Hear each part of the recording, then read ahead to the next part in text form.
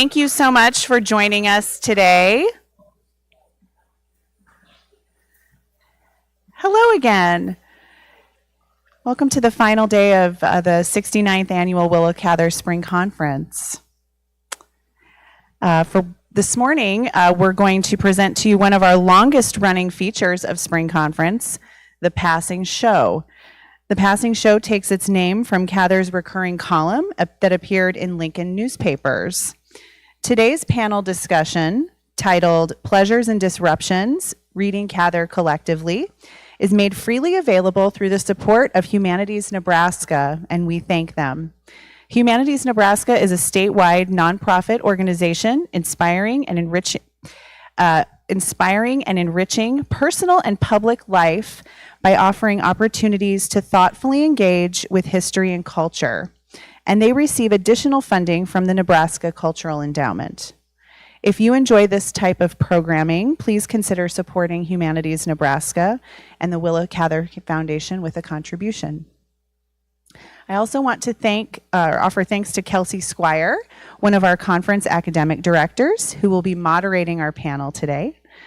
This is also an appropriate time to thank Sarah Clere, our academic director for this year's conference.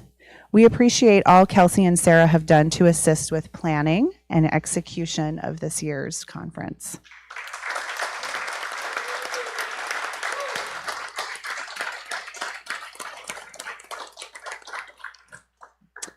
And now a little bit about our panelists. First, Kali Fajardo-Anstine is the nationally best-selling author of the novel Woman of Light and the widely acclaimed short story collection Sabrina and Karina, a finalist for the National Book Award and winner of an American Book Award. She is a 2023 Guggenheim Fellow and the 2021 recipient of the Addison M. Metcalf Award from the American Academy of Arts and Letters. Fajardo-Anstine is the 2022 to 2024 Endowed Chair in Creative Writing at Texas State University. She's from Denver, Colorado. Pat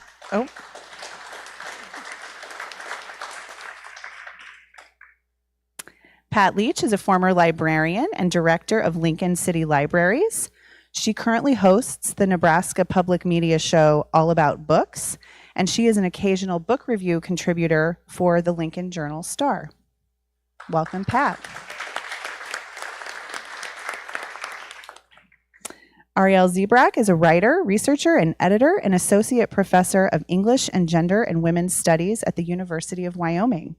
Her writing on 19th century literature, gender, sexuality, and popular culture has been praised by the New York Times, Long Reads, Pop Matters, Book Riot, and Book Forum, and published in the American Literature, American Literary History, Arizona Quarterly, The Baffler, Criticism, the Edith Wharton Review, Esquire, J19, LitHub, and the Los Angeles Review of Books, also the Millions and Women's Studies. Her humor writing has been published in The New Yorker, McSweeney's, and The Toast.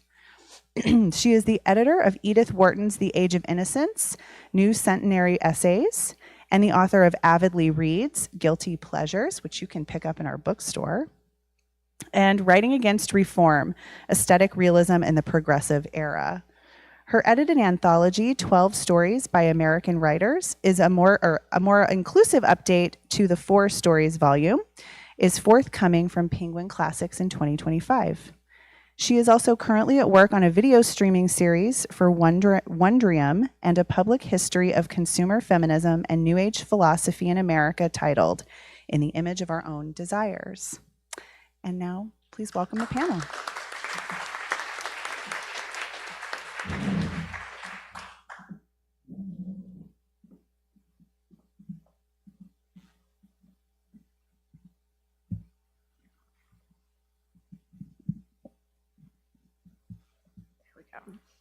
All right. Well, welcome. Thank you all for being here. I'm really excited to get started on the passing show for today. And so I thought that I would start us off with a question on Cather, who brought us here today. And so could you please tell us, what was your initial experience like reading Cather for the first time? Do you remember the first work that you read and what your reaction was?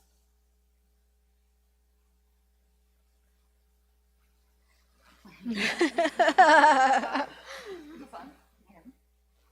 we need to turn them on here?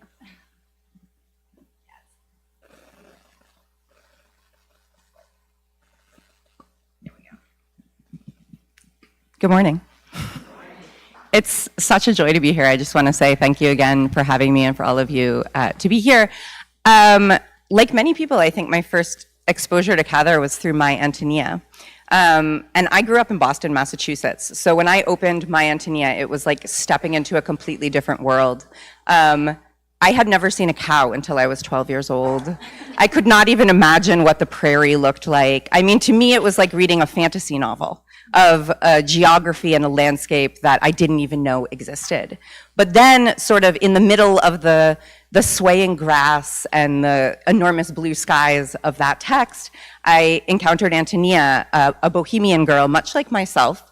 A part of my family is Czech immigrants, but they only got as far as New York. They never traveled west and had the experience of that adventure. So, you know, I might talk about this a little bit more later, but part of my journey with Cather has been coming from the East Coast to the West. I've lived in Laramie, Wyoming for the past 10 years. And my relationship to Cather has really changed through that journey. But my initial draw to Cather was really not only like the sort of wonder with which that novel is narrated, the way that Jim is sort of in awe of the space as he enters it for the first time, kind of mirroring Cather's reaction as she moved from Virginia to Red Cloud, but that like I was able to really exercise that feeling of awe within myself through his narration.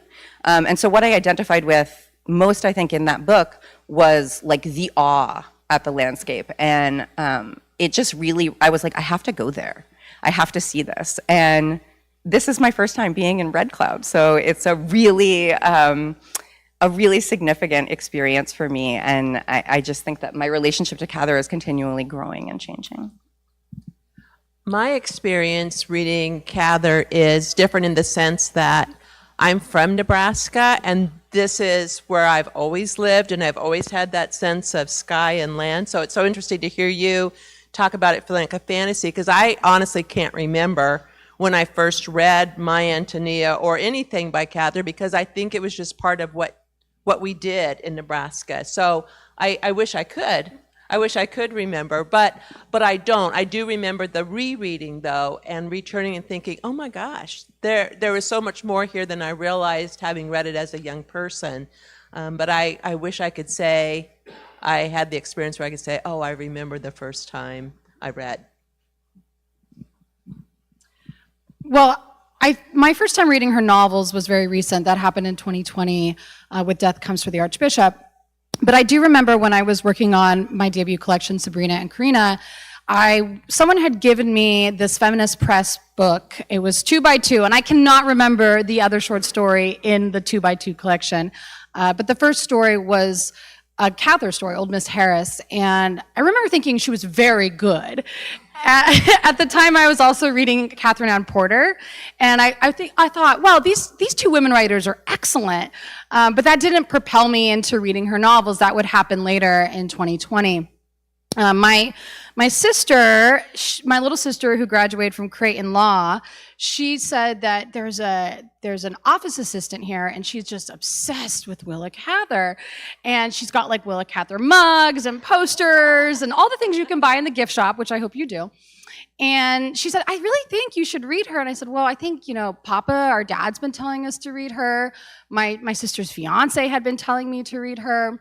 But I also remember as a bookseller, I was a new, used antiquarian bookseller throughout my teens and into my 20s. I remember the owner of West Side Books where I worked in Denver. Her name is Lois Harvey. She's been a bookseller for now 40 years. Lois was like, hey, like, this is serious. You got to read Willa Cather. Like, I don't know why you're not reading her. And when I did start reading her on my own, I went back and looked at my bookshelf, and I had so many copies of her novels and lectures that Lois had given me, just handed to me and said, please, please, please. She actually wanted to make the drive out this weekend, but she couldn't make it.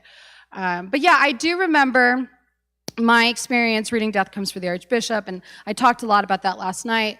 But also one of the formative experiences was my Antonia. I was at McDowell doing an artist residency, and I remember being at dinner with all these just famous writers and painters and people from all over the country and the world. And I was sitting next to the novelist Alice Elliott Dark, and I said, "I love my Antonia."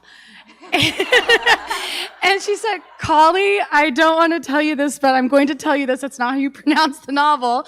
And I said, "Oh, okay." And I was like leaving the very next morning. And she's like, "You know, her grave is like right here." And I was like, "What?" And she's like, "Yeah, I went like 3 days ago. I wish you would have told me about this Cather fandom that you had developed 3 days ago so we could have gone together. But I just missed being able to see her gravesite. And so next time I get out to New Hampshire, I'm definitely going to go do that." I will say that I had a wonderful experience of rereading My Antonia recently on the radio program I host called All About Books. We had a theme going of, we called it This is Nebraska, Books That Tell Our Story. And on the social media post for that, asking people, what book do you think best typifies Nebraska? The responses were sort of, My Antonia, Oh Pioneers, other book, My Antonia, other book, My Antonia. And it was clear that in the minds of Nebraskans who answered that post, that My Antonia and Oh Pioneers were the ones. In the course of that series of episodes, I was reading a lot of other Nebraska literature. I read quite a bit of Mari Sandoz. I read George Norris's autobiography, and many of those were written in very informative, straightforward, perfectly solid prose. But then when I picked up My Antonia to reread it, it was like, it was so different from those. It was a piece of art, and I'm so glad that I had that experience. I mean, I can still picture my little reading space, my little candle lit, my cup of coffee, and just that sense of this book is different. Does anyone else want to talk about your experiences rereading Cather, or how your experiences reading Cather have changed over time?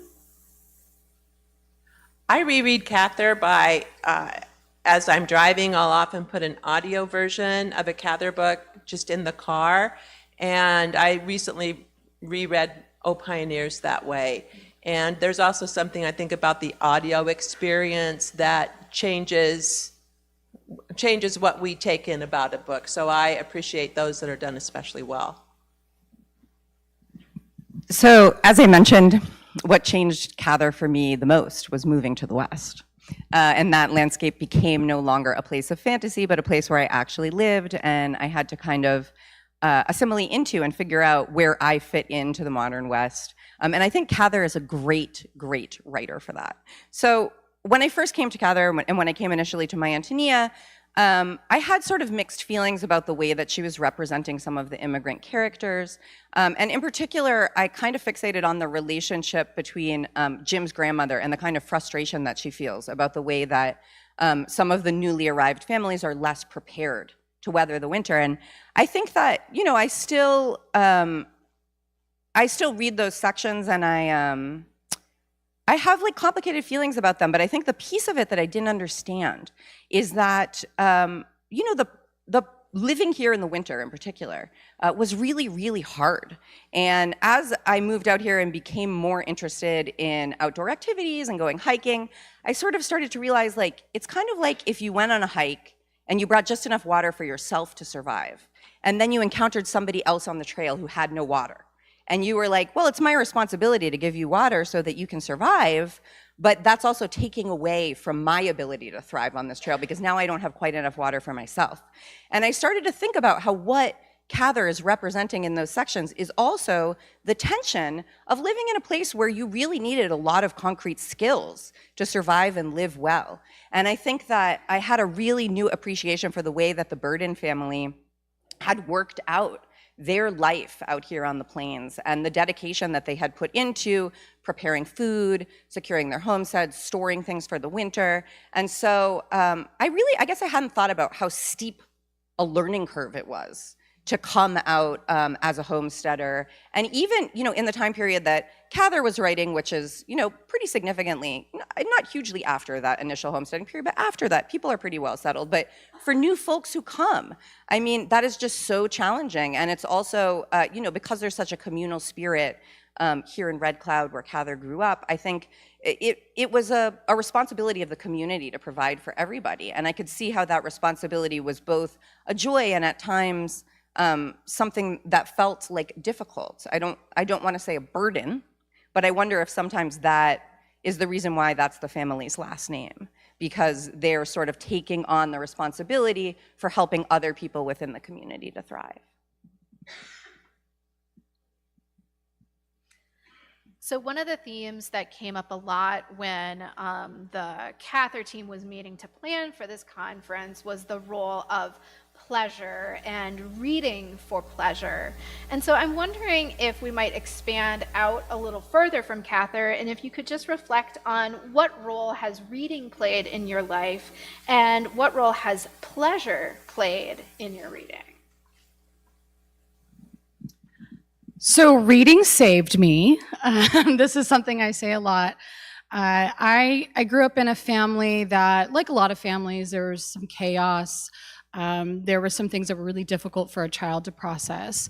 And also being one of 7 children, I didn't have my own space in any way, shape, or form. It just wasn't possible. Reading was one of the ways that I was able to find calm within that. And so from an early age, I remember very obsessively reading. I remember distinctively my first grade teacher reading to us Laura Ingalls Wilder and Little House on the Prairie. And I just remember, like, there were already popular girls in first grade, and I wasn't one of them. And they would play with each other's hair and kind of like doze off during this. But I was just sitting there with my eyes wide open, like wondering what was going to happen to this little girl in these books. And so I got the box set. And I just tore through that, and I still have it, and it's all tattered up. It wasn't enough. I had to read her daughter's books that were the spin-offs. Like, I had to just keep going and going. But it really became sort of a lifeline for me when I got to middle school. I had been diagnosed with clinical depression by the time I was in 7th grade. And reading was just this thing I did obsessively that made me feel safe and nurtured and taken care of. I met a woman recently, and she told me her 8-year-old son is a reader, and he's been staying up way past his bedtime, and she's been catching him with the light on at like 10:30, reading his books. And she said, I don't want to get him in trouble for reading, but I don't know what to do. And I didn't tell her this, but I was also that kid. I would get in trouble for having the light on all night. But I was like, even if you tell him to stop, he's going to get a flashlight, and he's going to go under the bed and read under there, because that's what I used to do. But yeah, reading has been one of my longest and most consistent relationships in my life. And throughout my 20s, when I was really struggling with my mental health and really struggling to figure out who I was in the world, I always had my relationship to literature. So this is what I'm meant to do, is talk about books and write books. So I love reading very, very much. When I reflect on that, I think of my 4th grade teacher, Mrs. Barrio, who read aloud to us after lunch also. And what I recall about her is she literally would embrace the books that she read to us. Oh, it's time for Bridie. And I can still hear her voice, Bridie, Bridie. And I think that part of what she did was model for us a life of pleasure reading. So I'm sure that it was a relief for her to have us quiet, right after lunch and calming down. But the way she introduced those books, that she was just so full of love for them, and the way she read aloud and did that in a way that it was pure pleasure, clearly, has stayed with me forever. And I think a lot about what I refer to as just the community of readers, of people who have that emotional, that visceral response to books and the practice of reading. And then I also think about a lot of what happens in terms of academic approaches to reading, business approaches to reading, and at the end of the day, then I think, okay, how does what all of us do create this world where people read?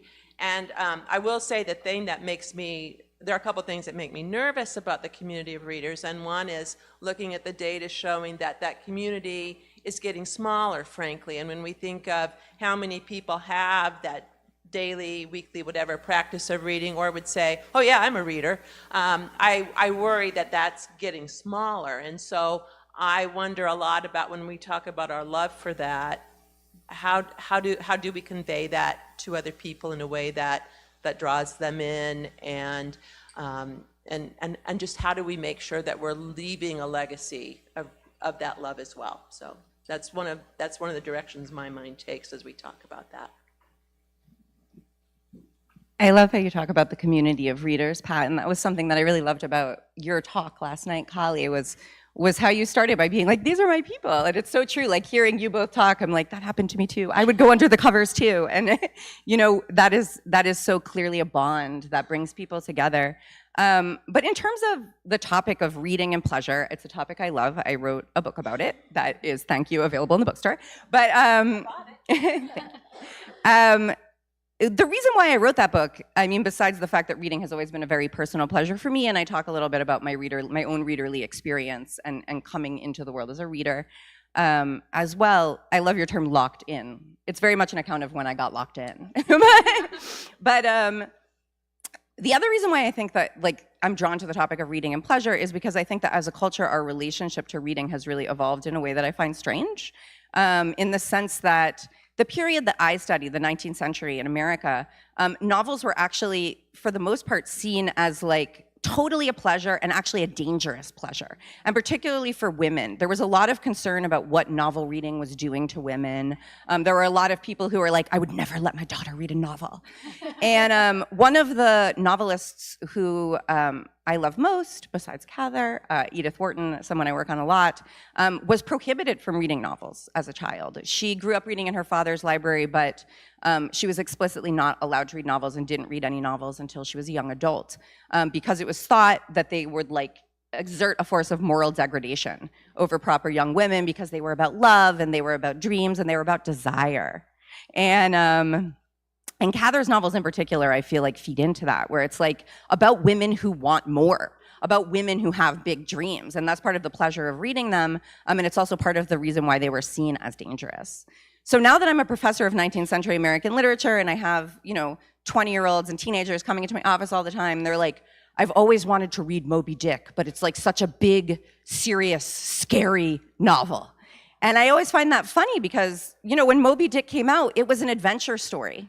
And if you see the earlier editions, the way that it was marketed, it's all these whales jumping out of the water and men with harpoons, and it's nobody thought of Melville as a high, serious literary author in the time. He wrote a novel called Typee that was a shipwreck adventure, and it was marketed for young boys. People didn't think of Edith Wharton as a serious, scary author in the time. They thought of her as the way that you would watch a show like Gossip Girl today. And 19th century fiction was, for the most part, serialized. People read it in community. It created communities of readers because you'd take a periodical with a serialized novel home to your family. You'd read it in front of the fire at night, and it was really TV. And so when I get students who are so hung up on this is serious literature, this is pleasurable literature, I'm like, you know what? All literature is written for pleasure. We're supposed to read it and have fun. And yes, we're supposed to learn from it, but it's not a moral penance that we all ought to read.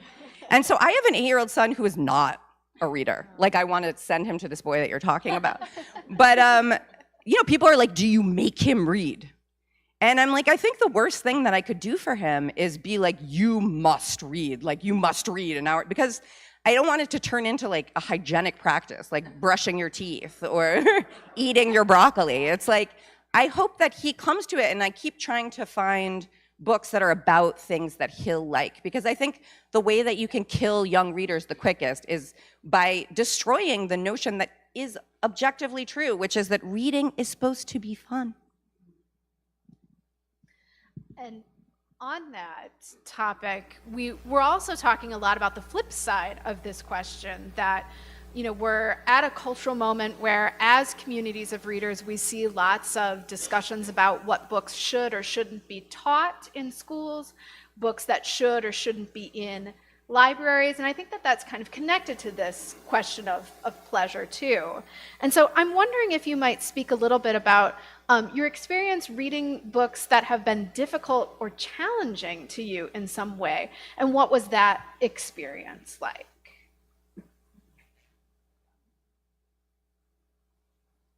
Everybody has to think for a minute about that one.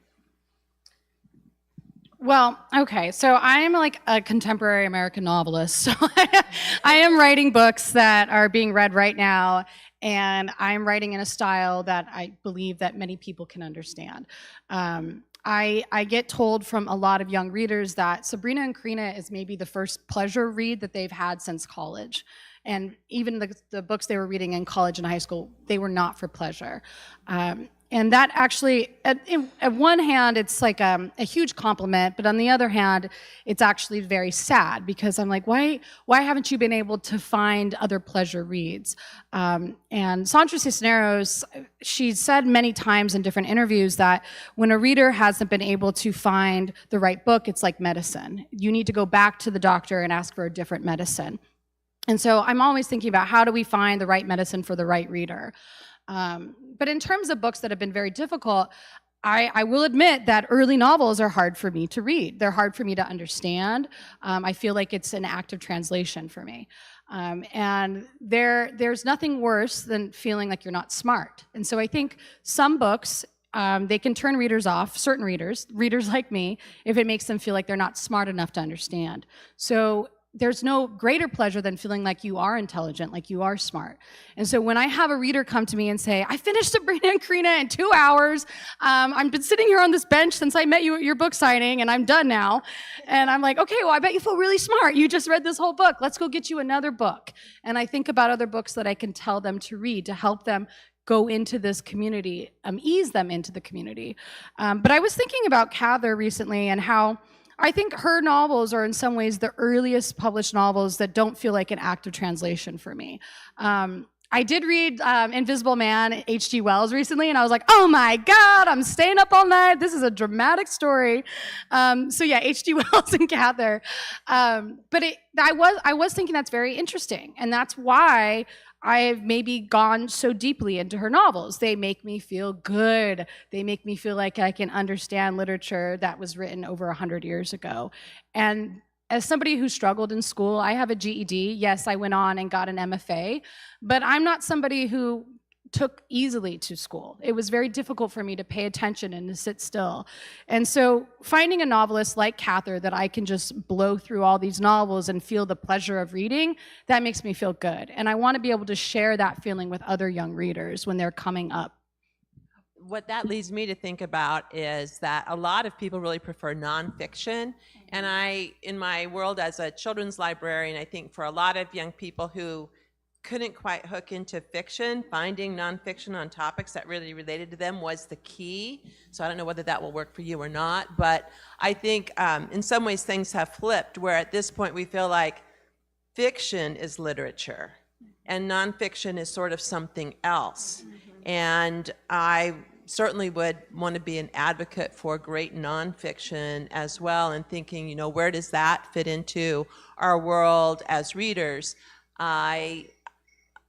So it is interesting to me how that evolves, because I would say probably 30 years ago I was all fiction, and then I read off of a list every year. It's the American Library Association Notable Books List for Adults, and it's 26 books, usually about half fiction, half nonfiction, a few poetry. And it was through that list that I developed a real affection for, respect for, and love for nonfiction that's written well, and it really broadened my sense of what is a good book. So I think that's another area of reading that sometimes doesn't get as much attention for whatever reason, but is still very much a gateway for people. I had a great moment with my dad one day with reading, where this was brought home to me. He and I were in a hospital waiting room. My mom was having surgery. I had this tiny little book. I can't even tell you now what it was.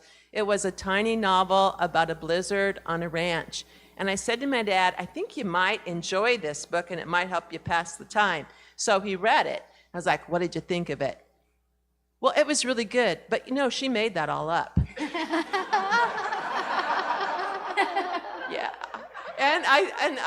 So that gave me, I don't know, the insight that gave me into my dad sticks with me. I mean, and he still reads quite a bit, and I'm not sure if he would say that again, but I will just never forget, she made that up. I did not make that up. That reminds me, so Woman of Light, my novel, is based on my family history. And so one of the questions I would get a lot at readings is, how much of this is true? And I'm like, do you want a percentage breakdown? Like, no, the whole thing is made up, but some of it's based on reality. But yeah, it's like they want to latch on to like a certain percentage, like 5%, 20%. So I think that's really interesting with nonfiction versus fiction right now. And actually, this topic came up during your talk, Kali, of how we classify books. Again, thinking about if you're in a bookstore, if you're in a library, the book has to be shelved somewhere. And so for Cather, sometimes she ends up in the classics section, although again, she might be classified as women's lit or Westerns or regional writer. And so I'm wondering if you all might talk for a little bit about classification and the labeling of books. When does it help? When is it detrimental? And if you want to talk about Cather and her classification, you can, but if you'd rather talk more broadly about classification, we can listen to that too. The literature professor takes the mic. I think about this a lot because this idea of canon, what we call the literary canon, is really vexing for folks, where there are things that we kind of loosely all agree everyone should read. Like we maybe should know who Shakespeare is. We maybe should know who Chaucer is. But it increasingly becomes complicated for a couple of reasons. One is every year we have more literature. So something that I think is really funny is like very few departments have a person who specializes in 21st century literature. But we're like well into the 21st century. So what happens is if you're a 20th century literature person, it just keeps growing. And so the reason I bring that up is because part of the reason why we have something like a canon or an idea of classic literature is because of the way that literature enters educational systems at like the school age level and also at the university level, where we have to do things like design curriculums, create literary periods so that we can teach it and that we have a common set of texts that we're talking about. It would be very hard to educate people in literature if they had no texts in common. Like if everyone had read completely different things. And so there's sort of an idea among educators in literature that there needs to be some set of common texts so that we're talking about the same thing and that we can teach and trace things like literary movements. Like, how can we tell somebody what realism is or what modernism is or what postmodernism is if we don't have like canonical examples of what we agree those things are? So we agree there needs to be something like that, but we don't always agree on what should be in the canon. And so the way that I like to think about it is different canons, because the way that a canon gets formed, again, is for the purpose of forming a community of readers. So like a community of academic readers who are talking about the same texts that we agree exerted an influence on subsequent writers, and so we can trace their lineage. An example of a writer like that, I would say, in the United States, for example, is like Sir Walter Scott, just because his writing was so influential to so many American writers. So like the reason why we might argue that Scott is canonical is because when we read Scott and then we read later writers, or when we read Dickens and then we read later writers, these are people who a lot of American writers were reading. And so we can see the influence of their work in the later writers. But when you move out of that, like we're just talking about literary fiction, there's a canon of Latinx writers. There's a canon of Asian American writers. There is a canon of queer writers. And so depending on what your interests are, the shape of what that canon is might shift. So the way that I think about defining that and thinking about like what are good books is to whom, and to whom do you want to be talking? And so I think a way of thinking about that is I want to be talking to people who like classics or literary fiction. And so I'm going to read things that are categorized in that way so that I'm part of that conversation. Or I'm really, really interested in the West and fiction of the West. So I'm going to read the canonical Western writers because I want to be having conversations with folks who also read Western literature. And so I think this sort of bleeds into how fiction is categorized in like a bookstore, as you bring up, Kelsey, because the way we categorize fiction in a bookstore is precisely for that reason, so that the people who want it can find it. So, I mean, the way that I would like to see a bookstore set up, I have never worked in a bookstore, so maybe other people could talk about this more intelligently, but would be that, you know, someone like Cather would be everywhere where someone might want to find her. So if you come in and you're like, I love reading writers about the West and I'm a huge Steinbeck fan and what else can I read? She'd be right there. If you were like, I love reading about writers who had queer identities and you were reading Sarah Orne Jewett, and then Cather would be next to her right there. Or you were saying, I love reading classic women writers from the early 20th century, Cather would be right there in women writers. So I think that whatever Cather someone sets out to find, they should be able to find them, just because we want people to come to her. And whatever their path is to wind up there, I think is one that we as a community of readers should appreciate. You know, and as a public librarian, my mind is just spinning, thinking, how would you shelve that? How would you? It's hard enough to get people to put things in order by author, honestly. So I love it. But I'm just to spend a moment thinking about what that would be like. But I hate to interrupt you, but I want to say one thing which will really blow your mind, which is, I write about this in my book. Maybe you have encountered this section, but my favorite bookstore as a child was organized by ISBN number. Oh, you wrote that in your book. And the reason why I feel like that changed, literally that changed my life, the fact that this bookstore was organized by ISBN, because I didn't have that help. And I didn't come to Cather because she was a Western writer. And I didn't come to Cather because she was a woman writer. I would just scan these titles and be like, looks appealing. And I never knew what was a classic, what was from a particular region. And that prevented me actually from seeking out things that matched my own identity or my own predilections. And so I think it allowed for a reading experience that was really broadening, instead of what we see in the media right now, where people just, you know, often tend to seek out things that confirm their own perspective or experience. And so I would urge you to maybe consider ISBN. See, an ISBN feels like it would be a lot easier. So I'm cool. I'm totally cool with that. You know, within the public library, a lot of what you do if you're public facing is answer the question, what is a good book for me to read? Which for a lot of us strikes fear, because it is so hard to help somebody find their next good book. Superstar librarian Nancy Pearl talks about 4 gateways to reading, and it's a way of talking with people about what they love to read, and she points to plot, language, setting, and character as the things that typically when people talk about the last book they read, they'll usually talk about one of those things. And so where we're tempted to say, you like this book about horses, here's another book about horses, instead listening for, I like this book about horses because it was really about people. Or I like this book about horses because I felt like I was in Wyoming the whole time. Figuring out how to listen for those gateways and in your mind categorize books that way also, which also blows my mind to think, how would you organize a library that way? I have no idea. But when we talk about books, and I think that talking about books is when the community of readers really gets built and nurtured, is listening in those ways also. And I think the other category I always want to add to hers is what I just call empathetic immersion, which is when you really are seeking out a book about another place, another time, another kind of person, where you would never be able to live their life, but through a book, you're able to have maybe a small sense of what that person's life is like. And that's really what you're seeking, and it's everything. My favorite is when my public library will have displays that say, I can't remember the title, but I know the cover was red, and they'll have the display of all the red books. In a few minutes, we'll transition to questions from the audience. We'll have about half an hour for audience Q&A. But as people think about the questions that they want to ask, and our folks get our microphones ready, I kind of wanted to end on that question of, how do you find new books to read?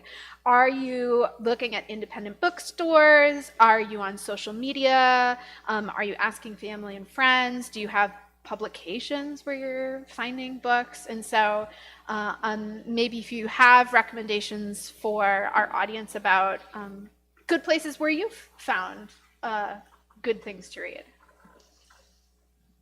I want to skip back to the question before very briefly. Sorry.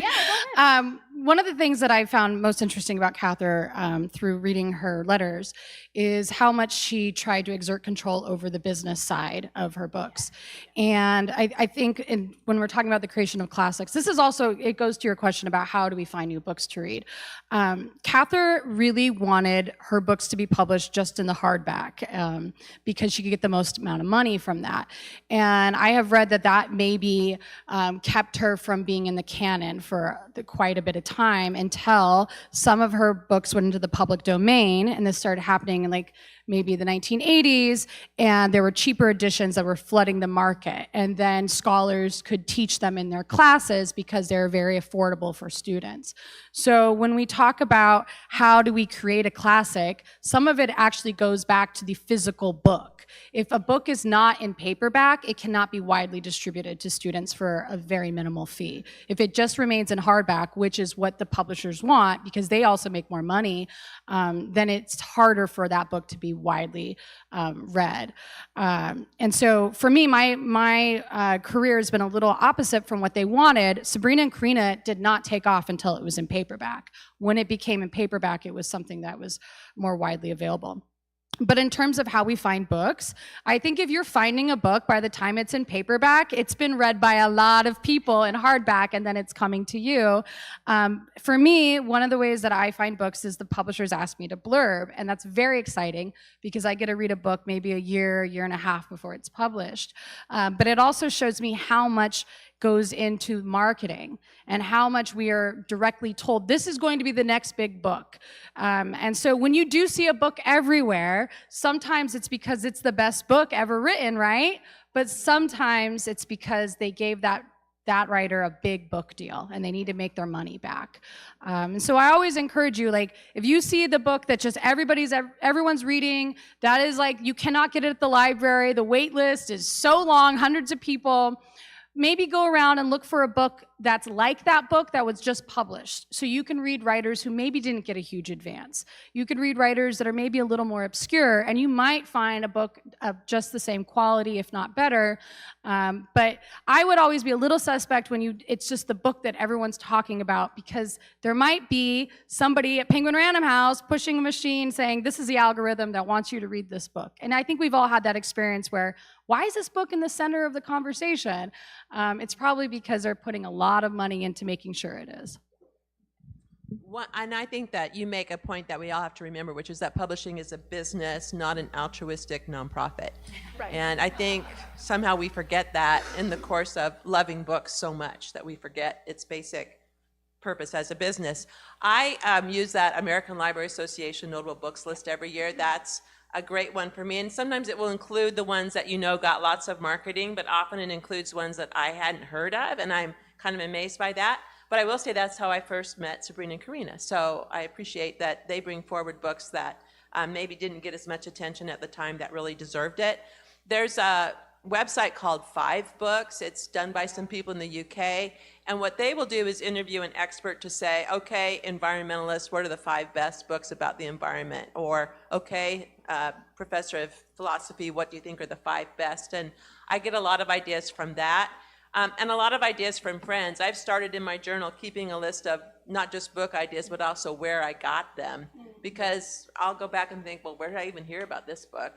And I also look at public library displays. I know it's shocking, but just kind of seeing what's there. And again, going back to publishing as a business, looking at covers and who are they trying to reach with a cover?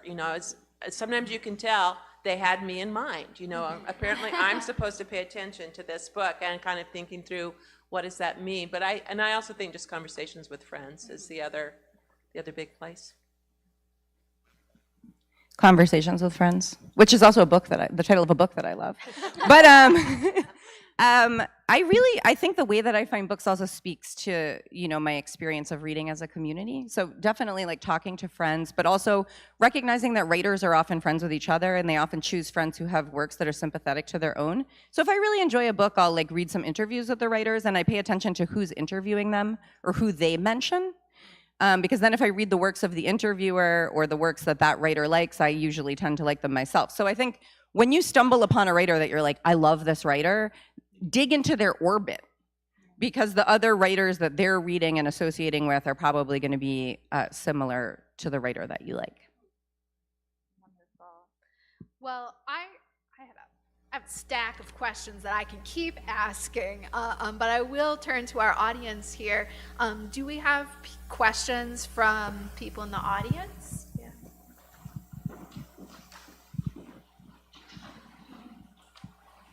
I would like some input on your view on graphic novels. And the reason I bring that up is I never read them. And then I went and saw Fun Home on Broadway and thought it was great. So I read her book and also thought it was great. And when you mentioned the 8-year-old, I have an 8-year-old grandson who doesn't read, but he whipped through the Dogman books. I had never heard of them. And all these 8-year-old boys are reading these graphic novel Dogman books. So as a reader my entire life, graphic novels didn't come to me till like 10 years ago, and I'm 70, so I didn't come from the comic book crowd. I'd like to get a little bit of input on your thought on that and the movement towards them. Thank you so much for that question. I think graphic novels are awesome. And Fun Home in particular is a great one to bring up and is often like a gateway graphic novel. It was one of the first, I think it was the first graphic novel to win a National Book Award. And I think a lot of people have, if you haven't read Fun Home or her subsequent work, Are You My Mother? These are wonderful graphic novels for people who don't necessarily love graphic novels, in part because they're pretty text heavy and they're so story driven. And graphic novels really run the gamut from ones that are like that, really almost indistinguishable from a regular novel in the sense that if you couldn't see the pictures and you read it, it would still kind of read like a novel, to those that are only pictures. And some things in between. I think that anything that brings people to reading, for the reasons that Pat brought up, not just because I think like reading is good for your brain, which is actually true, but because reading connects us to people whose experiences are different from our own, and especially things that are told in the first person or that really inhabit a character's perspective who is of an identity that we ourselves don't inhabit.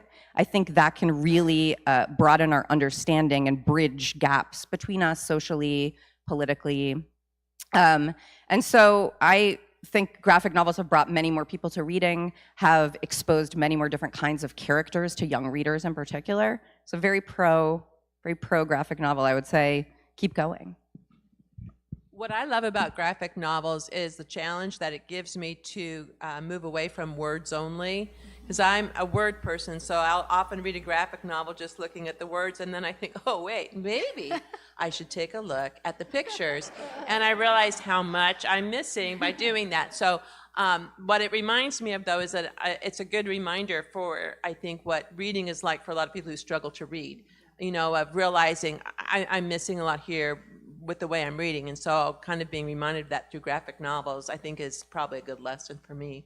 But I think they have brought a lot of people to reading, maybe who weren't, and maybe given us a sense again of how broad books are.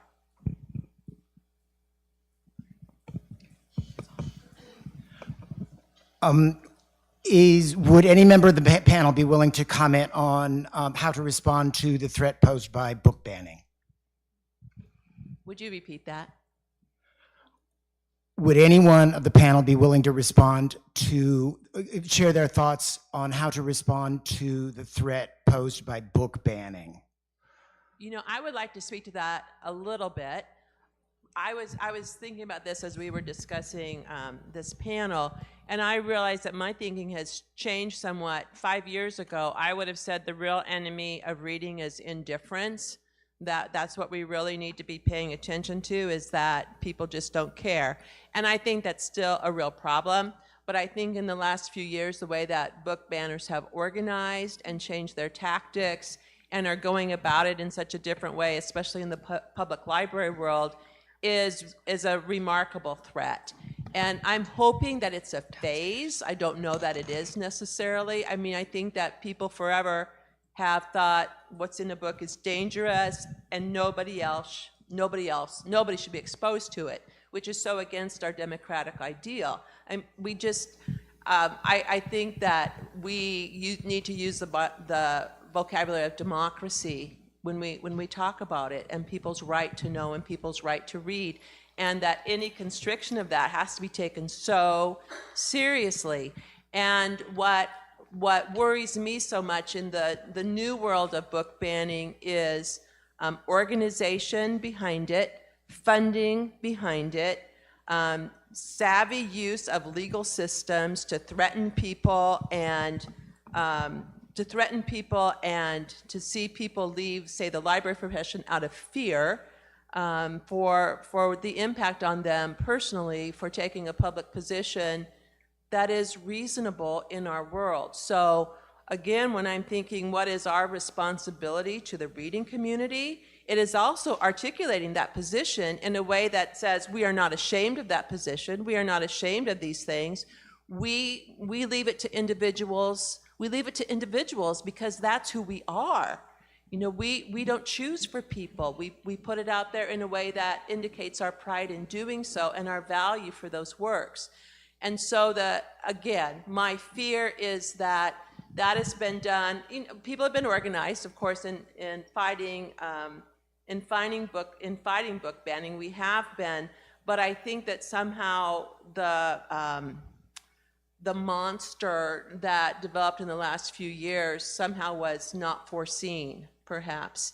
And so I think we're still playing catch up about how to answer that effectively and how to do so with pride and with savvy in responding in a way that neutralizes it and also gives us a platform.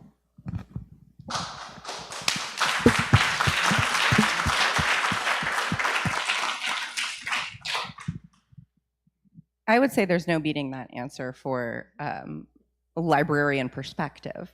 But I will say, I mean, this is a very serious issue, and it's also one that has been really intellectually stimulating for me, like just has been really interesting to think about. And I'm curious, I just want to poll the audience. Raise your hand if you think there is such a thing as a dangerous book.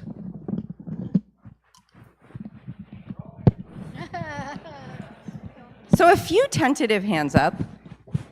10 years ago, I wouldn't have raised my hand. I'm being punished for suggesting that books might be dangerous. 10 years ago, I wouldn't have raised my hand. But I've started having a conversation with my students about this pretty regularly. And one of the most interesting places that I have this conversation with my students is when I assign them to read the novel The Picture of Dorian Gray. Because in the novel The Picture of Dorian Gray, there is a dangerous book. A character gives another character a book that destroys his life.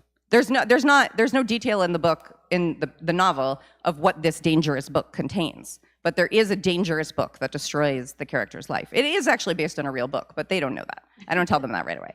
So then I ask them this question. Do you believe that there's such a thing as a dangerous book? And like y'all, maybe a few tentative hands come up. And then I ask them this question, which I'm going to ask you too. Has a book ever changed your life? Raise your hand. How can a book change your life for the, I'm assuming for the better? Raise your hand if a book has ruined your life. Oh wow, I would love to speak to this individual actually, but how is it possible that a book can change our life for the better but not for the worse? How is it possible that a book can be salubrious but not dangerous? So, I mean, that's something that I think about a lot and that I wonder about. I don't personally feel that a book has ever ruined my life, but I do think that there is toxic media out there. And I think that actually it's ironic because as much as I lament book banning, I'm not as concerned about that because I think it's impossible to actually ban a book in the year 2024. The Brooklyn Public Library offers free library cards to anyone. You should, if you know a young person who lives in a place where their access to books has been cut off. You should help them get set up with a Brooklyn Public Library account so that they can download any ebook they want and read them. You should participate in and donate to programs that provide free books to young readers and incarcerated people. There are a number of things that we can practically do to get books in the hands of the readers who want them. What is harder to control is people who use the internet to radicalize in particular young men through online gaming, through message boards, through sites like 4chan. And so I think that actually I'm more concerned about the regulation of the internet. And so whenever I get an opportunity to think about or talk about book banning, I really like to try to shift the conversation in that direction, because I feel like actually the real threat to young people is the people that they might encounter online who are spreading hateful messages to them and trying to recruit them to participate in agendas that exclude and discriminate. And I think that's a much more pernicious threat than anything that's going to be found in the pages of a fictional novel. Well, and where I think you're absolutely right too is in thinking we're narrowing books, because books I think have a certain gravitas or something like that, or a book is something you can hold. The internet, it's so broad. To my mind, it also goes back to what kind of interaction goes with any experience you have with media. You know, are you going to allow, say, your child to experience it knowing that you will be able to talk about it or think about it? But I'm entirely intrigued by what you're saying about the internet and its way of connecting in ways that we don't even know that we've been shown something, or that we don't realize that we've been impacted. So I'm curious to hear you talk more about that. About how we're impacted by the internet? Mm-hmm. A lot. Yeah. I mean, what I'm thinking about very specifically is not like the internet broadly, but there are insidious ways in which young people are reached, like via online gaming. There are chat functions to those games where people who have ideological agendas will talk to them. I'm not trying to like stoke fear in the public right now. I'm just saying that I think it's interesting that physical books have been targeted when there is so much other media out there that is doing so much more damage in cultural work that, to me, it's not about the specific books that they're banning. It's specifically about what we have been talking about today, which is that they understand that fiction offers people a chance to identify with those who are different from them. And I think that an enemy of fiction is an enemy of people learning about each other, is an enemy of free and open discourse, is an enemy of culture. And those are the things, I just like listed all the things that I care about the most. So yeah, I mean, I can't say there's no such thing as a poisonous book or as a damaging book, but I can say that I don't think any book should not be read, and I think that we should be very suspicious of anyone who targets books as like a media object, because again, like, there are so many different ways that media reaches people now. What is it about books that is creating all of this ire for folks?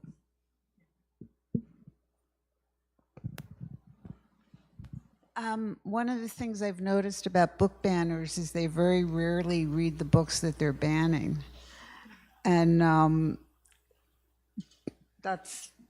Yeah, would you mind telling us? The thing about Dorian Gray, which is a very dangerous book, but it's pretty much written, Oscar Wilde lays it out what is exactly in that book.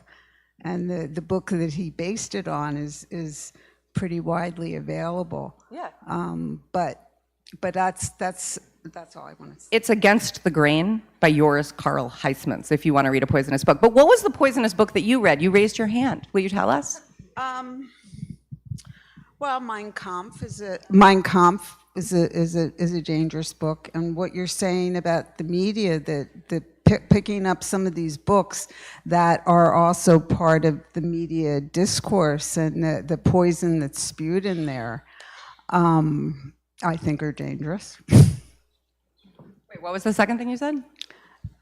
What's the What second was reason? the last thing you said just right now? Sorry. It's. Oh, why do I think that they're? She said she didn't hear the end of the sentence. That's all. Oh, why I think they're dangerous is because they close people's minds down. That's why I think they're dangerous. I mean, the thing that also scares me in schools and why it is so horrible is that it then closes down any opportunity for a community of readers. That one of the things that I know that kept me going in teaching is the opportunity to be around people that we could talk about the books, because any book is dangerous. I mean, it depends, you know, and to then talk that through. I mean, that's why I think a lot of us teach, is to be able to thank you so unpack all much. that. Yeah, I mean, thank you so much. And thank you for teaching. And for, I think you're right that, you know, exactly what they're trying to do is foreclose communities of readers. Because this is where we talk about ideas, this is where we talk about compassion, this is where we talk about understanding one another's perspectives. But just as Kali points out, that child is still gonna read with a flashlight under the cover. Children who want to find the books will find them, especially if there are good adults who will help them. And people will always read, people will always talk about books. And I think the best thing that we can do is continue to read, continue to encourage new readers, continue to hold book discussions, book clubs. And if those kinds of conversations have to be moved to different spaces, that's fine. We will find those spaces. But I think that one of the inspiring things about having a lifelong love of literature and being connected to book people is the knowledge that book people will always find a way. I mean, one of the most inspiring passages in literature to me is in Frederick Douglass. He writes about how he came to read, how he acquired his own literacy. And the way that he acquired his own literacy as an enslaved person in Baltimore was by going down to the docks where the dock workers worked, and the young boys there were literate, whereas Douglass was not. And he would trick them into teaching him the letters by being like, you know, you don't know what a bee looks like. I bet you can't write a bee on the wall. And he through that kind of process, won his literacy. And I always think about that. I mean, that's a story of extraordinary exceptionalism. But under a ban where people of his kind were not allowed to learn how to read, where he had no access to texts, where he had no access to school, where he could find no one who would teach him how to read, he still learned how to read. And when I read that story, I'm continually inspired. And when I encounter my students in Wyoming who grew up in very non-reading households, who grew up in towns that did not have libraries, they found books and they still read. And I think that, you know, we don't want it to be a situation where you have to be that dogged in order to have access to literacy or literature. But I think that readers will read. And I'm not worried about book banners, you know, ruining communities of readers. I think we will thrive no matter what. Well, I'm curious to know, in the world in which we live, where there are dangerous ideas, for lack of a better term, in the media, how do we train people, whether it's young people or other people or ourselves, to recognize when we're reading something that either is untrue but seems true? What is it? How do we learn to do that? Very discursively. So when I read, I do read with my son. I read to him. And when I do that, I talk to him about everything we're reading in a very, you know, you can't ask leading questions because kids are smart and they'll sniff you out. So you have to say things like, well, what do you think about this character? Or, well, why did that guy decide to do that? And, you know, just in the same way that you teach a class, when you're working with an individual reader, you slowly try to understand what their impressions of the book were, and then push against some assumptions that they might have made to broaden it. My son is actually a really great literary critic, despite the fact that he doesn't love to read. We were reading a Berenstain Bears book the other day, which was about being greedy. I mean, these are very didactic books that were written in the 1980s and the 1990s, and they talk about like the impact of negative behaviors. And in this book, the bears are like eating too much junk food, and then they gain all this weight.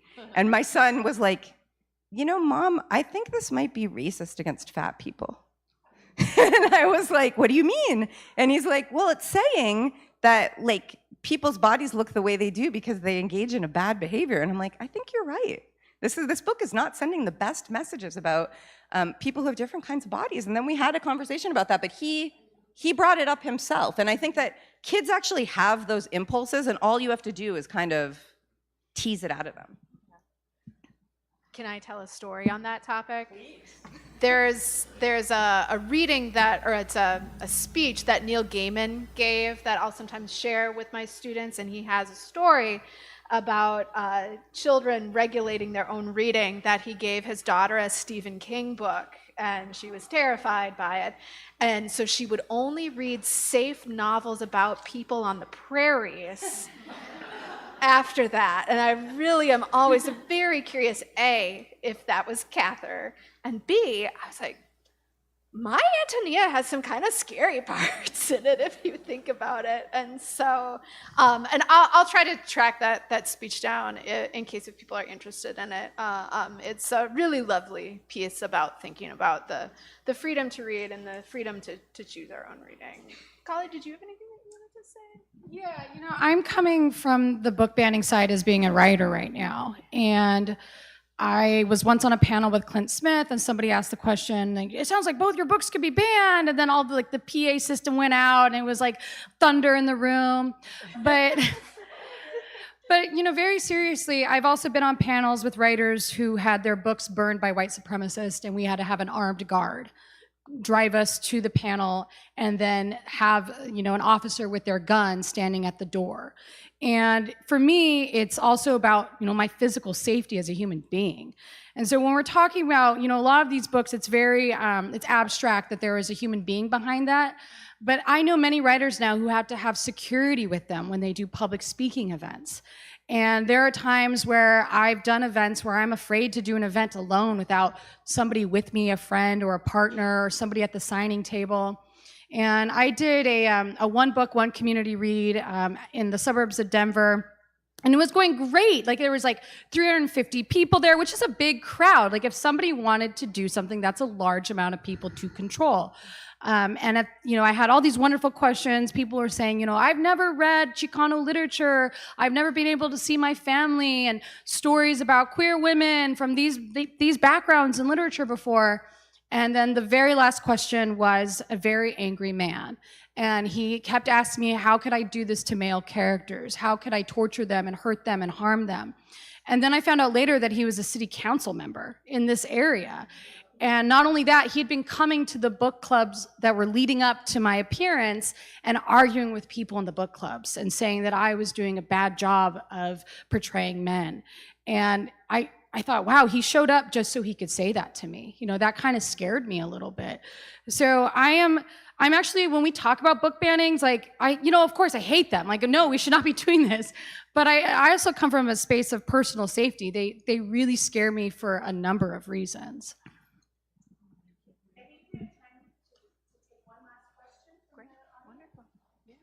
Yeah, we have time for one last question.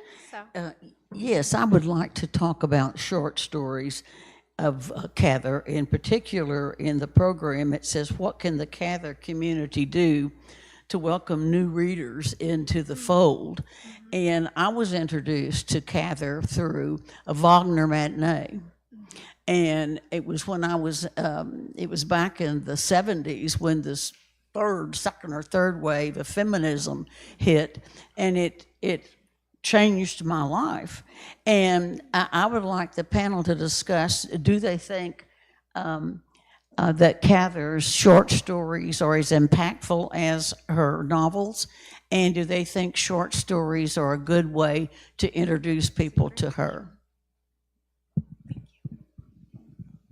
My worry about short stories is just, I think in the world at large, we don't quite know what to do with them. And I think that people are accustomed to novels, but a short story, I think general readers are a little bit unsure. I think, how do you go about a short story? So I'd be kind of interested in what your experience has been, Kali, with writing short stories and how people respond to that. Well, recently I was in Tulsa, Oklahoma to speak at an event, and I was having a coffee beforehand with an academic who's written a number of articles in a chapter of a book on one of my short stories. And I was sitting there with my husband, and we met because he was teaching Sabrina and Karina in one of his classes. So I'm very lucky. My short stories got me married. But I told this scholar that I was working on a new novel, and she said, well, could you write another collection of short stories?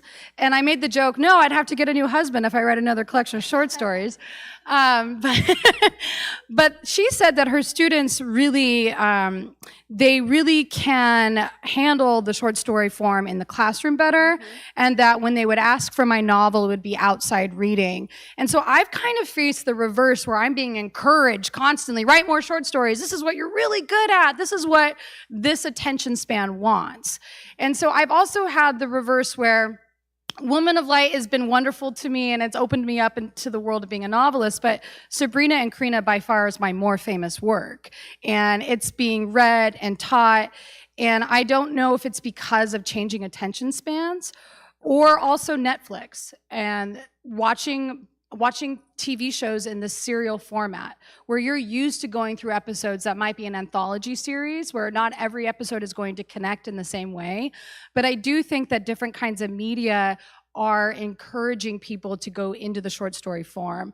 I'm not necessarily sure it has to do with like reading short tweets or reading captions on Instagram and that short form, but I do think there's something about attention spans in the novel right now, because there's so many readers that loved Sabrina and Karina that just told me they cannot read a novel. And that's very heartbreaking for me, because I spent 10 years on that one. So that's hard. But I do think that there's something about a short story that, trying to think of how to describe it, that sort of stands alone, like as you were describing, that can have a kind of impact. I think partly because it's shorter, so it seems manageable, whatever that means. And often the idea in a short story feels so much more prominent that maybe it has a different kind of impact. I sort of wish that there were more just standalone short stories, where this book is this short story. I don't know how many of you have read the book Foster by Clere Keegan. It's like about 80 pages long. She describes it as a long short story. And I've heard a lot of people talk about that book, partly with relief that it's not so long, and that what she introduces is so, the word that comes to mind is pure, and I don't mean that in a moralistic sense, but just more in a sense of it's clear somehow. So I'm wondering if there's some way of bringing short stories forward so that they get attention in that way of this on its own is enough. One of the first short story writers in the United States, Edgar Allan Poe, said that the short story offers a unified blow, which is like exactly what you're describing. And I think that the short story, like historically, has served many different purposes in literature, but it is one that is kind of at odds with the publishing industry. It's much harder to get a short story collection published than a novel, but also short stories are much more taught, because it is increasingly difficult to assign a full-length work in a class, especially at the secondary level or the school-aged level. But I think with particular attention to Cather's short stories, and I'm really glad you brought that up, one of the great things that I think that Cather does in the short story form is something that not a lot of writers do in the short story form, which is to provide a character sketch. So another person who writes a lot about short stories is my old friend Edith Wharton. And in a book called The Writing of Fiction, she talks about how the primary difference between the short story and the novel is that the short story focuses on incident, whereas the novel requires character development. And that always struck me as kind of fundamentally true, with the exception of Cather. Because to me, a lot of Cather's short stories are about character, not about incident. And I think that because of that, the way that new Cather readers can come into the fold is by kind of, I love your idea of literature as medicine, like prescribing them the short story that might speak to them. So like, for example, I've noticed that a short story that's become a lot more popular from Cather recently is Paul's Case, and has brought a lot of new readers to Cather just because it focuses so specifically on a very certain kind of individual that I know a lot of people, especially young readers, who have read that story and been like, Paul's Case, like this is about me, I identify with him, like this is so interesting. And Old Mrs. Harris is another story like that, where it's very much like a profile of a specific person. And so I think that if you're looking to entrap someone in love of Cather, a short story is great because it's accessible, it's easy for them to read, it's a much less daunting assignment than a novel, and maybe thinking about a short story that profiles a kind of character that they might relate to or be interested in. I will say that a lot of Willa Cather's short stories are available online, and so especially if you're looking to read some of those short stories yourself, If you are a teacher who's looking for short stories to read, I've always found that to be really, really helpful, that there are some short stories that aren't often anthologized that we have available online. Let's take a moment to give a round of applause to our panelists.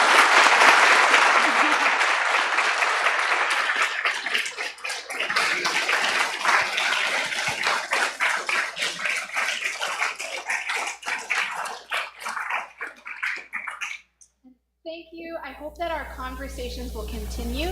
Fortunately, the next thing that we have on our agenda is lunch. After that, this afternoon, we will have tours that are happening. Cather, folks, are there any other announcements that I need to make? Yes, I have an announcement. Hello, everyone. So after you enjoy your lunch, the Willa Cather Childhood Home dedication will take place at 1:30 outside the childhood home. And then for those of you participating in the tours that take place immediately following the dedication ceremony, please remember to bring your name tags with you, your conference name tags. They have a little letter on them, and that is your tour group assignment. So in order to move all of you through the sites in our allotted time, we have assigned you to groups. So the name tags are very important at this point.